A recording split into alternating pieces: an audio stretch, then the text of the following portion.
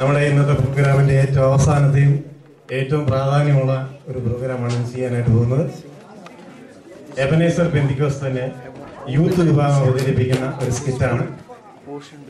ഞങ്ങള് കുഞ്ഞുങ്ങളുടെ നിങ്ങൾ കണ്ടല്ലോ, അവർ ഏറ്റവും മനോഹരമായി അവർ ചെയ്തു.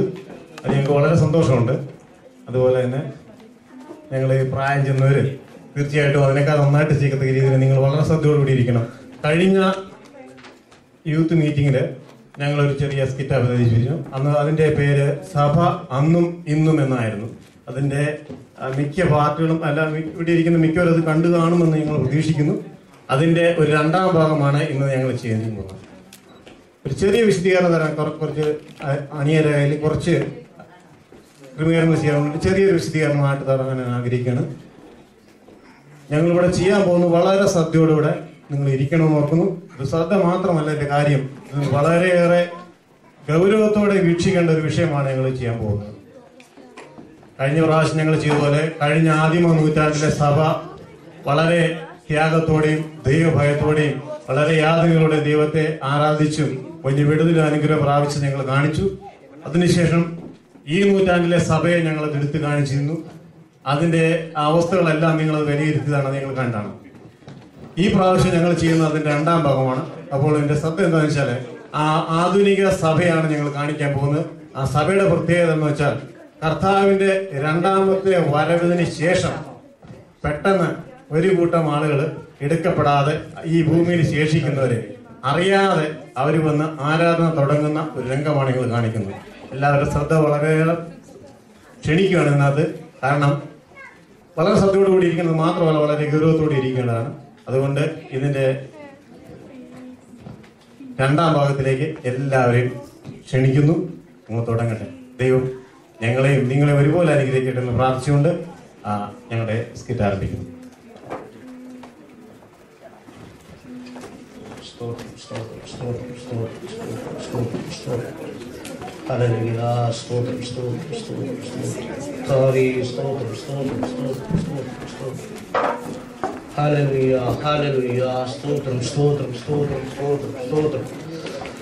അന്നമ സഹോദരിയെ കണ്ടില്ലല്ലോ ഇന്ന്. എന്നും വരുന്നതാ, ഒരു യോഗം പോലും മുടക്കാതെ വരുന്നതായി. അസുഖമാണെങ്കിലും വരുന്നത് അന്നമ സഹോദരി എന്ത് ചെയ്യുന്ന കണ്ടില്ല. ഹല്ലേലൂയ, ആരെയും കാണുന്നില്ല. സ്തോത്രം സ്തോത്രം സ്തോത്രം സ്തോത്രം. സ്തുതിക്കുന്നു. ഹല്ലേലൂയ, സ്തോത്രം സ്തോത്രം സ്തോത്രം സ്തോത്രം സ്തോത്രം സ്തോത്രം. ഹല്ലേലൂയ ഹല്ലേലൂയ ഹല്ലേലൂയ, സ്തോത്രം സ്തോത്രം. മത്തായിച്ചിനെയും കണ്ടില്ലല്ലോ. മത്തായിച്ചിനും വരുന്നത് ആ സമയത്ത്. ഇന്ന് രണ്ടുപേരെയും കാണുന്നില്ല. അസുഖമാണെങ്കിലും എന്തോ ആണെങ്കിലും അവർ വരുന്നത്, അവരെ കാണുന്നില്ല. ഹല്ലേലൂയ, സ്തോത്രം സ്തോത്രം സ്തോത്രം സ്തോത്രം. കർത്താവേ സ്തുതിക്കുന്നു. ഹല്ലേലൂയ, സ്തോത്രം സ്തോത്രം സ്തോത്രം സ്തോത്രം. കർത്താവേ സ്തോത്രം സ്തോത്രം സ്തോത്രം സ്തോത്രം. തിരുവത്താഴ് ഉള്ളതായിരുന്നു. യോഗം കഴിഞ്ഞിട്ട് ഒരു ഊണിന് പോകേണ്ടതാണ്. ഒരു മാമോദിസായുണ്ട്, ആരെയും കാണുന്നില്ല. ഹല്ലേലൂയ, സ്തോത്രം സ്തോത്രം സ്തോത്രം സ്തോത്രം സ്തോത്രം. ഹല്ലേലൂയ, സ്തോത്രം. കർത്താവേ സ്തുതിക്കുന്നു. ആമേൻ. ഹല്ലേലൂയ ഹല്ലേലൂയ, സ്തോത്രം സ്തോത്രം സ്തോത്രം. ആമേൻ, സ്തോത്രം സ്തോത്രം.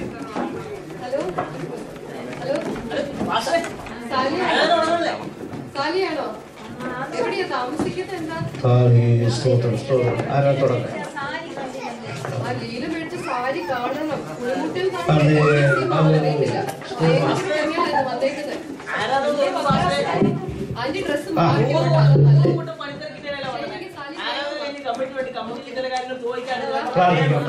എല്ലാരും ഒന്ന് വന്നോട്ട് പ്രാർത്ഥിക്കാം. തുടങ്ങാം.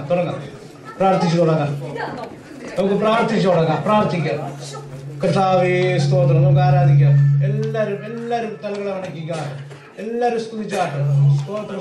എല്ലാരും സ്തുതിച്ചാട്ട്. പിതാവേ സ്തുതിക്കുന്നു. പിതാവേ സ്തോത്രം. പരിശുദ്ധരായ സ്വർഗീയ പിതാവേ, പൽകാലത്തിനായും സ്തുതിക്കുന്നു, സ്തോത്രം ചെയ്യുന്നു.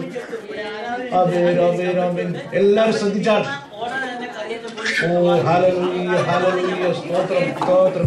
പ്രാർത്ഥന കേട്ടിരിക്കുക. സ്തോത്രം. ആമേൻ. ഒരു പാട്ട് പാടാം. ചേർന്ന് എല്ലാവരും ചേർന്ന് ഒരു പാട്ട് പാടിക്കാട്ടെ.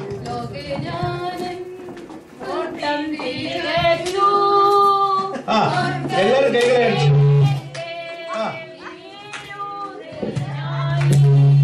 എല്ലാവരും ഒന്ന് ആത്മാവിൽ അയക്കാട്ടെ. സ്തോത്രം സ്തോത്രം.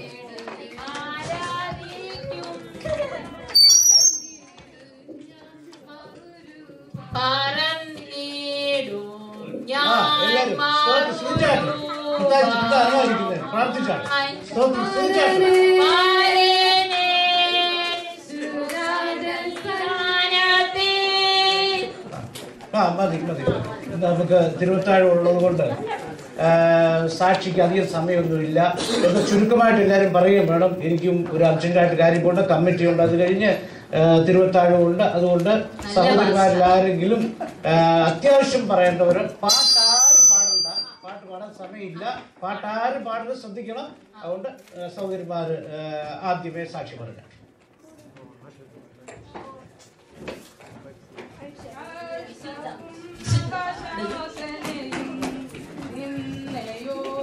അതിവിശുദ്ധ പാടുന്നു.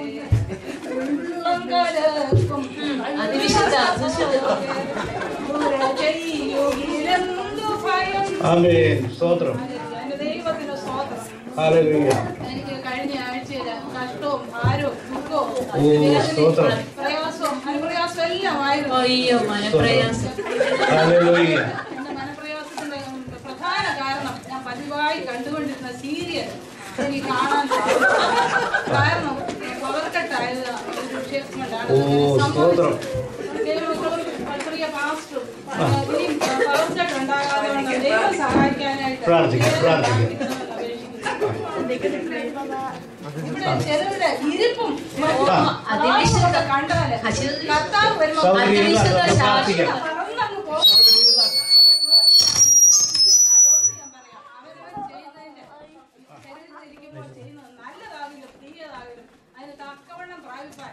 നമുക്ക് പ്രാർത്ഥിക്കാം. ഞാനൊന്നും മനസ്സിൽ വെച്ചോണ്ടിരിക്കുന്നില്ല. ശത്രുക്കളെ സ്നേഹിക്കണമെന്നാണല്ലോ. പ്രതികാരം യഹോവയ്ക്കുള്ളതാണ്. കർത്താവ് കൊടുത്തോളൂ. എനിക്കും എന്റെ കുടുംബത്തിനും വേണ്ടി പാസ്റ്ററും ദൈവമക്കൾ എല്ലാവരും പ്രാർത്ഥിക്കണം. ഞങ്ങൾ സുഖമായിട്ട് ജീവിക്കുന്നതിന് ആവശ്യമായ പണം കർത്താവ്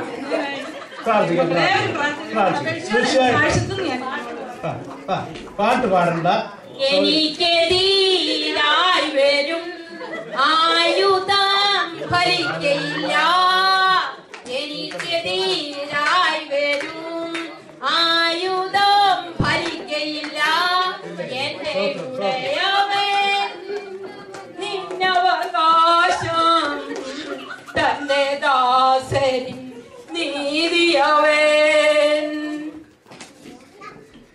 ദൈവത്തിന് സ്തോത്രം. പ്രിയ പാസ്റ്റർക്കും എല്ലാ ദൈവമാർക്കും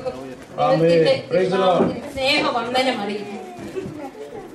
എനിക്ക് ഒരു പ്രാവശ്യം കൂടെ ദൈവസന്നിധിയിൽ പ്രിയ പാസ്റ്ററും പ്രിയപ്പെട്ടവരും ഒത്ത് ആരാധിക്കാൻ തന്ന ദൈവത്തിന്റെ സഭ എടുക്കുന്നതിന് മുമ്പ് എനിക്ക് തന്ന ഈ സൗഭാഗ്യത്തെ ഓർത്ത് നന്ദിയോടെ സ്തോത്രം ചെയ്യുന്നു.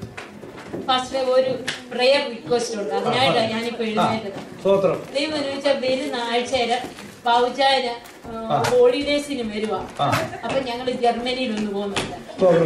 ഒരു ചെറിയ പട്ടിക്കുട്ടിയിലെ ഇപ്പം പുതിയതിറങ്ങി, അതിനെ ഞങ്ങളൊന്ന് വാങ്ങിക്കണമെന്ന് വിചാരിക്കുന്നു. അപ്പൊ ഞങ്ങള് ഇതൊന്ന് പറഞ്ഞു തരുന്നു. 2 ആഴ്ച കഴിഞ്ഞ് പിന്നെ ഹോളിഡേസ് കഴിഞ്ഞ് തിരിച്ചു വരും. ആ പട്ടിക്കുട്ടി യാതൊരു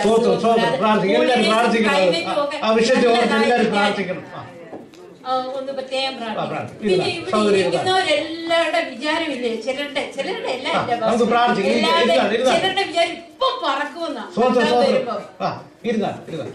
പിന്നെ വാസൻ അറിയാമല്ലോ, വാസം വന്ന് എന്തോവായിരുന്നു ഈ സഭ, വെറും മരുഭൂമിയല്ലായിരുന്നു. എന്റെ വാച്ചാൻ ആ ഗൾഫീന്ന് പൈസ എല്ലാം അയച്ചു തന്നെ പോളെല്ലാം ഇത്രയും പണിയാന്. ദൈവത്തിന് നന്ദി ഉണ്ടോ? നന്ദി കയറിയിട്ടില്ല. അയ്യോ, ഓരോ മനുഷ്യരുടെ പോക്കും നമുക്ക് ഇനിയും ആർക്കെങ്കിലും സാക്ഷി പറയാൻ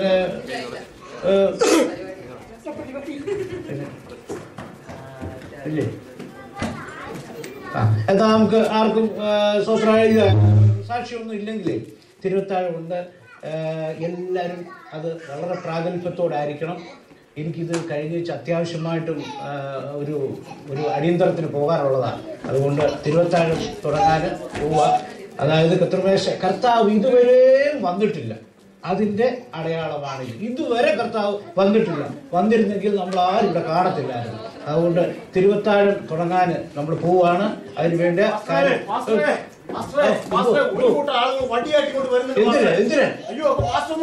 ഇല്ലല്ലോ.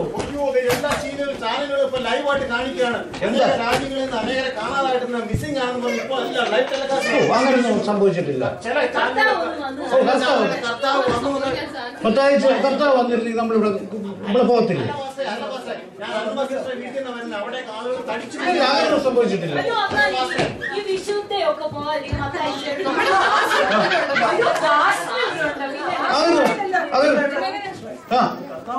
ഇല്ലല്ലോ, കർത്താവ് വന്നിട്ടില്ല.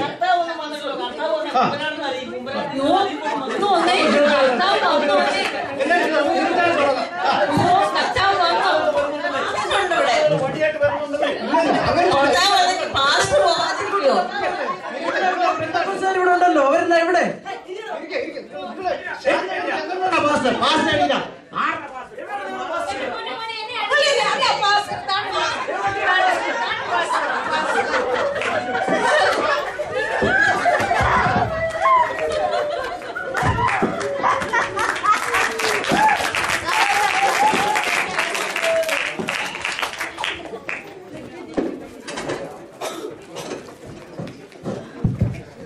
നിങ്ങൾ കണ്ടല്ലോ, കർത്താവ് വന്നതിന് ശേഷം അറിയാതെ ഒരു കൂട്ടര് കർത്തൃമേശ നടത്താനും ആരാധിക്കാനായിട്ട് ഇരിക്കുമായിരുന്നു.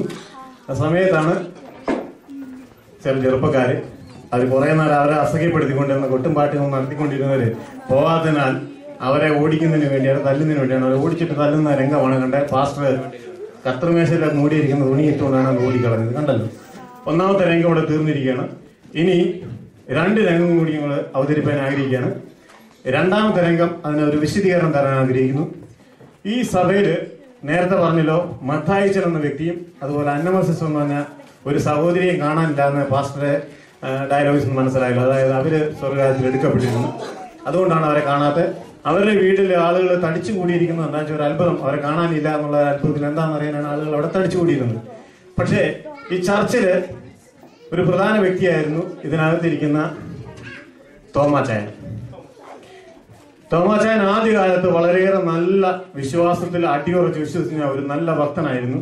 പക്ഷെ തന്റെ ഭാര്യയുടെ ആ വാക്കിനും അവരുടെ പ്രവൃത്തിക്കൊക്കെ വീണ് പുള്ളി വിശ്വാസത്തിന് പതുക്കെ പിന്മാറിപ്പോയി. കർത്താവ് വന്നപ്പോൾ എടുക്കപ്പെടാതെ ഇരുന്ന ഒരു വ്യക്തിയായിരുന്നു അവിടെ കണ്ട മത്തായിച്ചൻ.